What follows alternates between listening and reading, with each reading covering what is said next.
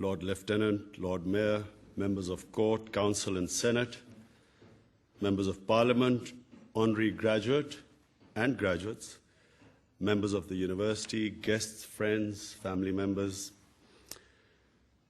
May I, first of all, thank you, Vice-Chancellor, for all that you said in presenting me to the university before this most distinguished congregation. To the University Court, Council and Senate, I express my deep gratitude for the honor that you bestow on me in electing me the 5th Chancellor. I follow 4 very distinguished Chancellors, and I'm delighted to see that my predecessor, Baroness Lockwood, a lifelong champion for equal opportunities and widening participation, joins us here today. I'm also greatly honored to be the first International Chancellor of Bradford University. I feel, for 2 other reasons, that this is a source of great pride for me. One, that in social inclusiveness, Bradford was considered #1 university. I think this is a tremendous achievement. And secondly, in graduate employment, in north of England, it was #1 university and #2 overall in England. So I think you really have conferred a great honor on me to have elected me as your Chancellor.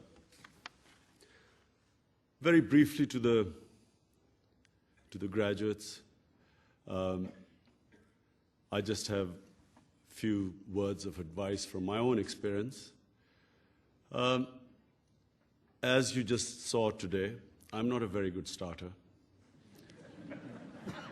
I was always at my most vulnerable when I first went into bat. But the reason I was more successful than others was because I learned from my mistakes. I was better at analyzing my mistakes and then correcting them than other people. Successful people are not those who don't make mistakes, but who analyze their mistakes and eliminate them. When I came into cricket, after my first test match, I was dropped, kicked out of the team, didn't come back until 3 years later. When I was trying to make it, everyone used to tell me, you don't have the talent. My older 2 cousins, who were my role models, they used to remind me were far more experienced than talented than me at my age. And throughout my cricketing career, I was told that it's impossible. You cannot do it. Similarly, when probably far more difficult than playing cricket was building the first cancer hospital in Pakistan, I held a conference of the top doctors in the city. Out of the 20 doctors, 19 said that it was impossible. You cannot build a cancer hospital in Pakistan. I also had a lot of ridicule, people laughing at me throughout various stages of my life. But this is really what I want to tell you. Successful people are fearless. They fight their fears. They're not scared of failure. They do not care what people say, because people change what they think all the time. I remember going into bat and a whole crowd of people in Lahore Cricket Stadium cheering me, Lion of Lahore. I got out first ball and the same crowd started jeering at me. And the next day when I did well in bowling, again they cheered me. So I realized that public opinion is fickle. Do not allow your lives to be driven by what people say.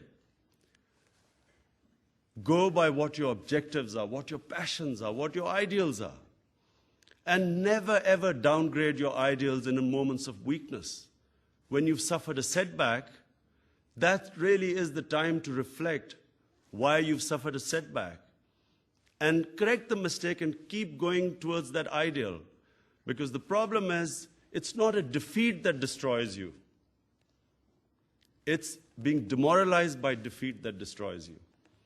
As long as you keep learning from defeats, you will always keep coming back and get stronger all the time.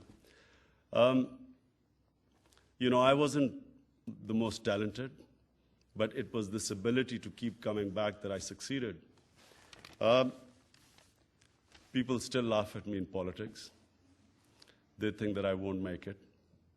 But I think I will, after Harold Wilson, I'll be your next chancellor to become the Prime Minister.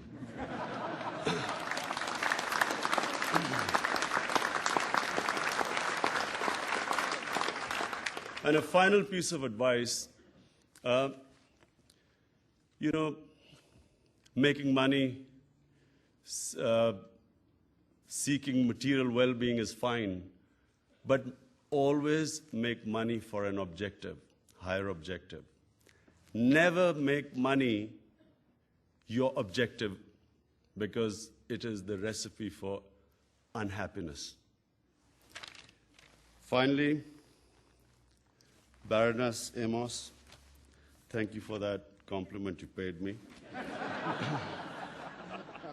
I'm delighted.